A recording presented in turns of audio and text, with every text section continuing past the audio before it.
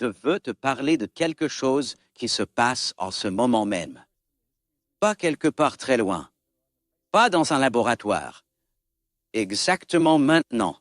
Sur le pont que tu as traversé aujourd'hui. Sur le vélo qui est dehors sous la pluie. Sur le vieux clos dans le mur de ta maison. La rouille. Silencieuse. Lente, incessante. Le fer disparaît. Il se transforme. Il devient autre chose. Ce matériau friable, rouge, fragile, qui n'est plus ce qu'il était.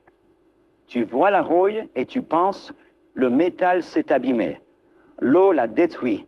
L'oxygène l'a attaqué. Et c'est vrai, mais seulement en surface. Parce que si tu demandes vraiment ce qui se passe lors de la rouille, au niveau des atomes, au niveau des électrons, tu découvres quelque chose d'inattendu. La rouille n'est pas un processus chimique. La rouille est un processus électrique. La rouille est une batterie. Une minuscule batterie microscopique et autodestructrice qui se forme sur la surface de ton fer et le ronge de l'intérieur. Laisse-moi t'expliquer. Et laisse-moi aller aussi loin que tu ne pourras plus jamais regarder la rouille sans voir la physique derrière. Commençons par le fer lui-même. Le fer est un métal, et comme tous les métaux, il a des électrons libres. Des électrons qui ne sont pas fermement liés à des atomes individuels, mais qui peuvent errer à travers tout le réseau métallique. Ces électrons libres sont la raison pour laquelle les métaux conduisent, pourquoi ils brillent, pourquoi ils conduisent bien la chaleur. Mais ces électrons libres ont une faiblesse. Ils sont attractifs, très attractifs, pour les atomes d'oxygène. L'oxygène est un atome qui veut désespérément des électrons. Il a 6 électrons dans sa couche externe, mais il en veut 8. Il lui manque 2 électrons pour atteindre l'état stable. Et quand l'oxygène rencontre le fer avec tous ses électrons libres et mobiles, le résultat est inévitable. Mais voici ce qui est étrange. L'oxygène n'attaque pas directement le fer. Ce serait trop simple. Ce qui se passe vraiment est beaucoup plus élégant et beaucoup plus destructeur. Sur la surface du fer, surtout quand elle est humide, quand de l'eau est présente, de minuscules cellules électrochimiques se forment. Imagine une toute petite batterie, une anode et une cathode. Sauf que cette batterie n'est pas faite de 2 métaux différents. Elle est faite de 2 régions différentes du même morceau de fer. Pourquoi? Parce que la surface du fer n'est pas homogène. Elle a des impuretés, des microcristaux dans différentes orientations, des contraintes dans le métal, de petites irrégularités. Et ces minuscules différences suffisent à créer des différences de potentiel électrochimique, à définir une anode et une cathode. À l'anode, dans la région moins noble du fer, se produit l'essentiel. Les atomes de fer cèdent leurs électrons. Ils deviennent des ions fer positifs, Fe2+, et se dissolvent dans l'eau. Le fer quitte littéralement le métal. Les électrons que les atomes de fer ont laissés derrière eux migrent à travers le métal vers la cathode. Exactement comme dans une batterie, les électrons circulent de l'anode à la cathode, à travers le métal lui-même. À la cathode, dans la région plus noble, ces électrons captent l'oxygène. L'oxygène de l'air, dissous dans l'eau, réagit avec les électrons et avec l'eau pour former des ions hydroxydes. Et ensuite, les ions fer de l'anode et les ions hydroxydes de la cathode se rencontrent dans l'eau.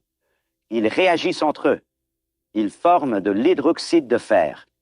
Et l'hydroxyde de fer s'oxyde davantage. Il réagit avec encore plus d'oxygène pour donner ce que nous connaissons comme la rouille. L'oxyde de fer, Fe2O3. Le matériau friable, rouge, fragile, c'est la rouille. Pas une attaque directe de l'oxygène sur le fer, mais un circuit électrochimique, une batterie auto-organisée qui transporte des électrons du fer vers l'oxygène, et ce faisant, dissout le fer. L'eau n'est pas le problème. L'eau est l'électrolyte. C'est le milieu qui transporte les ions, qui ferme le circuit électrique. Sans eau, pas de mouvement d'ions, pas de circuit fermé, pas de rouille. Ça explique pourquoi le fer sec ne rouille pas. Pourquoi le fer dans de l'oxygène complètement sec ne rouille pas. L'eau est la clé, non pas comme agresseur, mais comme conducteur électrique. Et le sel marin, le sel de déneigement sur les routes en hiver, rend l'eau un meilleur électrolyte. Plus d'ions dans l'eau signifie une meilleure conductivité. Une meilleure conductivité signifie un circuit électrochimique plus rapide. Un circuit plus rapide signifie une rouille plus rapide. C'est pourquoi les voitures rouillent plus vite dans les régions côtières. C'est pourquoi le sel sur les routes d'hiver détruit les ponts. Maintenant, ça devient encore plus profond, parce que nous utilisons cette électricité pour combattre la rouille, la protection cathodique. Ça semble compliqué, mais l'idée est simple et brillante. Si la rouille se produit parce que l'anode perd des électrons, alors empêche la perte d'électrons. Rend tout le fer une cathode, pompe des électrons dans le métal de l'extérieur. Alors aucun ion fer ne peut se former. Alors aucun fer ne peut se dissoudre. C'est exactement ce qui protège les pipelines et les coques de navires et les réservoirs souterrains. Un faible champ électrique qui pompe constamment des électrons dans le métal. Tout le métal devient une cathode. La rouille n'a plus d'anode. Elle ne peut pas démarrer. Ou l'anode sacrificielle. On fixe un métal moins noble, zinc, magnésium, sur le fer. Ce métal est tellement moins noble que le fer qu'il devient toujours l'anode. Il se sacrifie. Il rouille à la place du fer.